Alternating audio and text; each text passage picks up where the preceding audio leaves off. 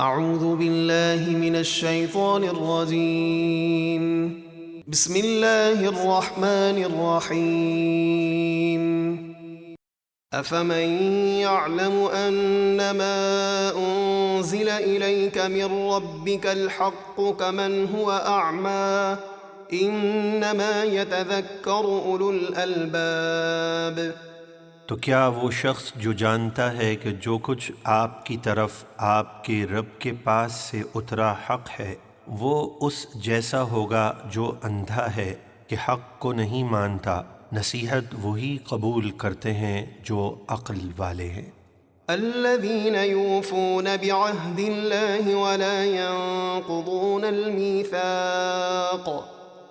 جو لوگ اللہ کا عہد پورا کرتے ہیں اور پختہ عہد کو نہیں توڑتے۔ والذين يصلون ما امر الله به ان يوصل ويخشون ربهم ويخافون سوء الحساب۔ اور جو اس تعلق کو جوڑے رکھتے ہیں جس کے جوڑنے کا اللہ نے حکم دیا، اور اپنے رب سے ڈرتے ہیں اور حساب کی سختی سے خوف زدہ رہتے ہیں۔ والذين صبروا ابتغاء وجه ربهم وأقاموا الصلاة وأنفقوا مما رزقناهم سرا وعلانية ويدرؤون بالحسنة السيئة أولئك لهم عقبى الدار۔ اور جن لوگوں نے اپنے رب کی رضا چاہنے کے لیے صبر کیا اور نماز قائم رکھی اور ہمارے دیے ہوئے رزق میں سے ہماری راہ میں پوشیدہ اور ظاہر کچھ خرچ کیا اور برائی کو اچھائی کے ذریعے ٹالتے ہیں، انہی کے لیے آخرت کا گھر ہے۔ جنات عدن يدخلونها ومن صلح من آبائهم وأزواجهم وذرياتهم والملائكة يدخلون عليهم من كل باب سلام عليكم بما صبرتم فنعم عقبى الدار۔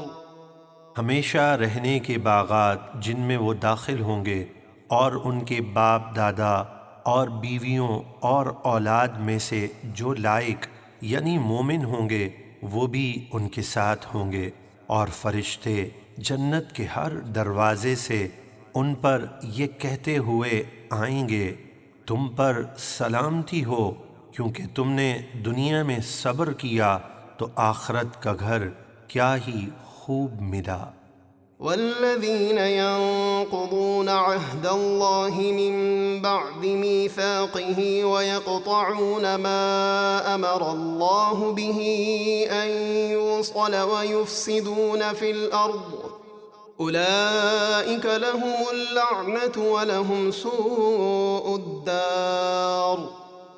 اور جو لوگ اللہ کا وعدہ توڑتے ہیں اس کے پختہ ہونے کے بعد، اور جس تعلق کے جوڑنے کا اللہ نے حکم دیا اسے قطع کرتے ہیں، اور کفر و گناہ کر کے زمین میں فساد پھیلاتے ہیں، ان کے لیے لعنت ہی ہے، اور انہی کے لیے برا گھر یعنی جہنم ہے۔ اللہ يبسط الرزق لمن يشاء ويقدر وفرحوا بالحياة الدنيا وما الحياة الدنيا في الآخرة إلا متاع۔ اللہ جس کے لیے چاہے رزق کشادہ اور جس کے لیے چاہے تنگ کرتا ہے، اور کافر دنیا کی زندگی پر اترا گئے، اور دنیا کی زندگی آخرت کے مقابل حقیر فائدے کے سوا کچھ نہیں۔